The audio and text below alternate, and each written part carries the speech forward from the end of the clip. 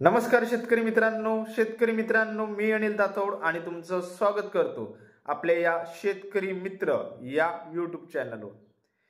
मित्रांनो, कांद्याचे बाजारभाव मोठ्या प्रमाणात पडले आणि त्यातच जी बांगलादेशला कांद्याची निर्यात चालू होती याच्यात मोठ्या प्रमाणात घट आली आणि आता कांद्याची निर्यात ही मित्रांनो बंद सारखीच बांगलादेशला झाली आहे। आता याचे कारण काय आणि पुन्हा बांगलादेशमध्ये जे कांदा निर्यात होत असते ही पुन्हा कधी चांगल्या प्रकारे चालू होणार असे बरेचसे कमेंट्स आपल्याला आपल्या कांदा उत्पादक शेतकरी मित्रांचे आले आहेत। आज मित्रांनो आपण त्याच्यावरच चर्चा ही करणार आहे आणि कांद्याची जी बांगलादेशला होत असलेली निर्यात आहे ही कधीपासून चांगल्या पद्धतीने चालू होईल आणि बांगलादेशची जी होणारी निर्यात आहे ही का अशी कमी झाली हे पण मित्रांनो आपण आजच्या व्हिडिओच्या माध्यमातून जाणून घेणार आहोत। मित्रांनो, त्यापूर्वी जर तुम्ही आज प्रथमच आपल्या YouTube चॅनलवर आलेले असाल तर आपल्या चॅनलला नक्की सबस्क्राइब करा। व्हिडिओ आवडल्यास व्हिडिओला लाईक करा आणि शेअर करा। मित्रांनो, बांगलादेशमधील एक जिल्हा आहे आणि त्या जिल्ह्याचं नाव आहे माणिकगंज आणि या माणिकगंजमध्ये यावर्षी सुमारे आपल्याजवळ मित्रांनो ती आकडेवारी आहे आणि या संपूर्ण आकडेवारी निशी मी तुम्हाला याची माहिती देणार आहे की बांगलादेशमध्ये का कांदा निर्यात ही मित्रांनो एकदम कमी झाली किंवा मित्रांनो आपण असं म्हणू शकतो की सध्या बंद स्वरूपाचीच आहे। मित्रांनो, जसे की मी तुम्हाला सांगितले बांगलादेशमधील माणिकगंज जिल्ह्यात यावर्षी बंपर उत्पादन हे कांद्याचं झालेलं आहे।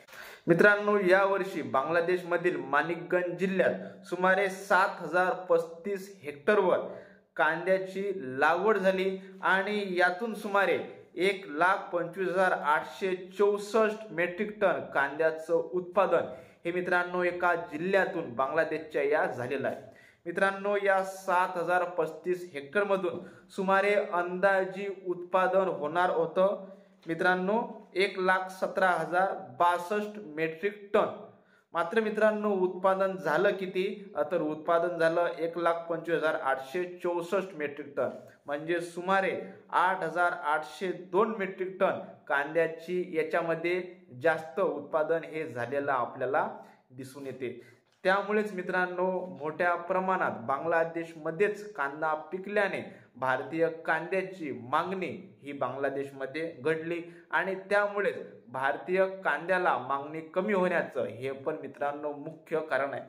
मित्रांनो, माणिकगंज जिल्ह्यामधूनच जो सप्लाय बांगलादेशच्या कांद्याचा असतो त्यापैकी मित्रांनो बराचसा भाग हा माणिकगंज येथील कांद्याने व्यापून घेतला आणि मित्रांनो माणिकगंज मधूनच बराचसा कांदा हा बांगलादेशची राजधानी असलेला ढाका येथे मित्रांनो जाऊ लागला। त्यामुळे हळूहळू भारतीय कांद्याला बांगलादेशमध्ये मागणी कमी होताना आपल्याला दिसली आणि त्यासोबतच माणिकगंज जिल्ह्यातील मित्रांनो जे हरिरामपूर आहे, शिबाल्य आहे आणि जो घिओर या 3 उपजिल्ह्यामधून सर्वाधिक कांद्याचं उत्पादन बांगलादेशमध्ये झालं आणि बांगलादेशमधील शेतकरी कांदा पिकाला एक अत्यंत नगदी पीक आणि जास्त नफा मिळवून देणारं पीक म्हणून आता या कांद्याकडे पाहू लागले आणि मित्रांनो भारतातून जो कांदा हा बांगलादेशमध्ये निर्यात होत असे मित्रांनो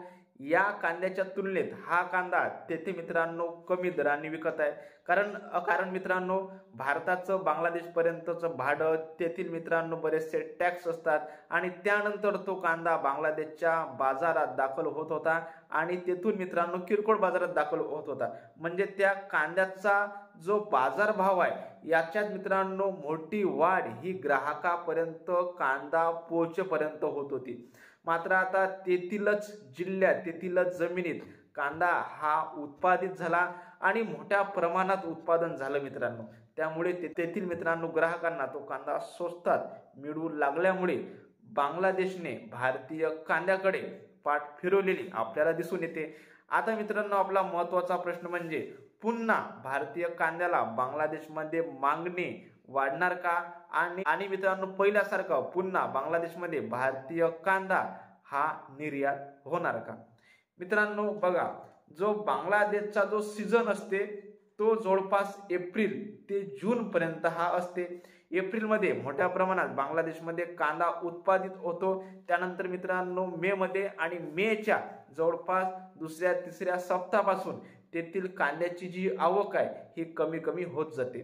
म्हणजे मित्रांनो आपण जवळपास म्हणू शकतो की 20 मे पर्यंत तरी बांगलादेशमध्ये कांदा हा बऱ्यापैकी राहणार. पण त्यानंतर 15-20 मे नंतर थोड्या थोड्या प्रमाणात भारतीय कांद्याला मागणी ही बांगलादेशमध्ये वाढली जाऊ शकते आणि त्यानंतर या मागणीत आणखीनही वाढ होऊन मोठ्या प्रमाणात भारतीय कांदा हा बांगलादेशमध्ये निर्यात होऊ शकतो. परंतु मित्रांनो जसं मागच्या वर्षीला झाला, जसं त्याच्या वेळेला होत होता तसा कांदा बांगलादेशमध्ये पुन्हा निर्यात होणार का याच्यावर प्रश्नचिन्ह आहे. कारण मित्रांनो मी तुम्हाला व्हिडिओच्या सुरुवातीलाच सांगितलं की बांगलादेशमधील जो माणिकगंज जिल्हा आहे आणि या जिल्ह्यात यावर्षी बंपर कांद्याचं उत्पादन झालेलं आहे. सुमारे 7,000 हेक्टरमधून 1,25,000 मेट्रिक टन कांदा हा माणिकगंज या एका जिल्ह्यात बांगलादेशमध्ये उत्पादित झालेला आहे. त्यामुळे मित्रांनो याचा निगेटिव्ह परिणाम भारतीय कांद्यावर पडला आणि भारतीय कांद्याची होणारी निर्यात थांबली आणि परिणामी याचा जो असर आहे हा भारतीय बाजारावर पडला आणि आज भारतात कांद्याला 1000 ते 1100 रुपये महाराष्ट्रामध्ये ॲव्हरेजली बाजारभाव मिळत आहे.